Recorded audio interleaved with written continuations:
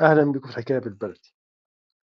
النهاردة هنتكلم على ترند حصل اليومين اللي فاتوا دول. الترند ده مسمع قوي اليومين اللي فاتوا دول.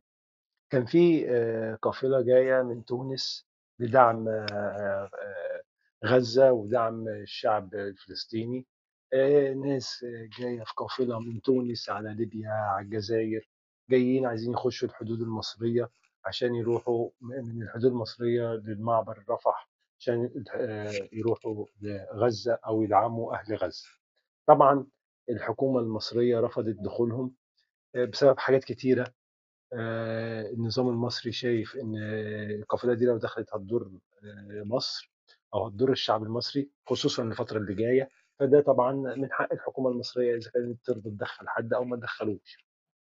انما طلع ممثله هي تونسيه اسمها هند صبري. الممثله دي طبعا الشعب المصري كله بيحبها على ما اعتقد يعني، وهي متجوزه راجل مصري ومعاها الجنسيه المصريه. فطالعه بتهاجم الحكومة المصرية، أو بتهاجم النظام المصري اللي هو ما دعمش وما دخلش القافلة دي مصر. هي طبعا ست ممثلة، مش تفهم طبعا في السياسة ولا تفهم في كلام من ده، فبتتكلم بطريقة عفوية. والله أعلم هي قاصدة ولا مش قاصدة إن هي تتكلم في حاجة زي كده. انما هو كان ترند. لقيت الناس كلها عماله تتكلم عنه، ان هند صبري بتتكلم ان هي ازاي مصر ما تدخلش القافله ديت تخش مصر ومن مصر تروح على معبر رفح بحيث ان هي تدعم الشعب الفلسطيني واهل غزه. طبعا المصريين كلنا احنا طبعا قلبا وقالبا مع الشعب الفلسطيني ومع اهل غزه، وربنا يعلم ان احنا زعلانين عشانهم. وإن شاء الله هيجي يوم وربنا ينصرهم بأمرك يا رب. وهي قريب إن شاء الله النصر لأهل غزة بأمرك يا رب على الجيش الإسرائيلي.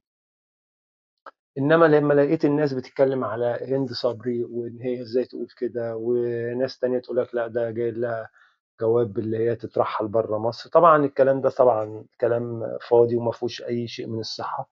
الست دي معاها جنسيه مصريه لان هي متزوجه من مصري ومخلفه منه، فهي كده معاها الجنسيه المصريه. فطبعا كلام مش ليه لازمه في الميديا بيطلع، والناس في الميديا تطلع تقول ده هند صبري اصل هي مع الاخوان، ده هند صبري مش عارف هي مع القافله عايزه القافله تخش. كل ده كلام فاضي وكل ده كلام مش حقيقي.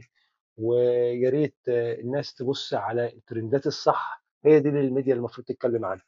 انما مش تجيب لي حاجه هايفه والناس تتكلم عنها. والله العظيم الواحد بيبقى زعلان على اللي بيحصل في اهل غزه واللي بيحصل بين اسرائيل وايران، والناس سايبه المواضيع دي كلها وبتتكلم على هند صبري، وتتكلم ان هند صبري ما دخلوش للكفر. عموما شكرا.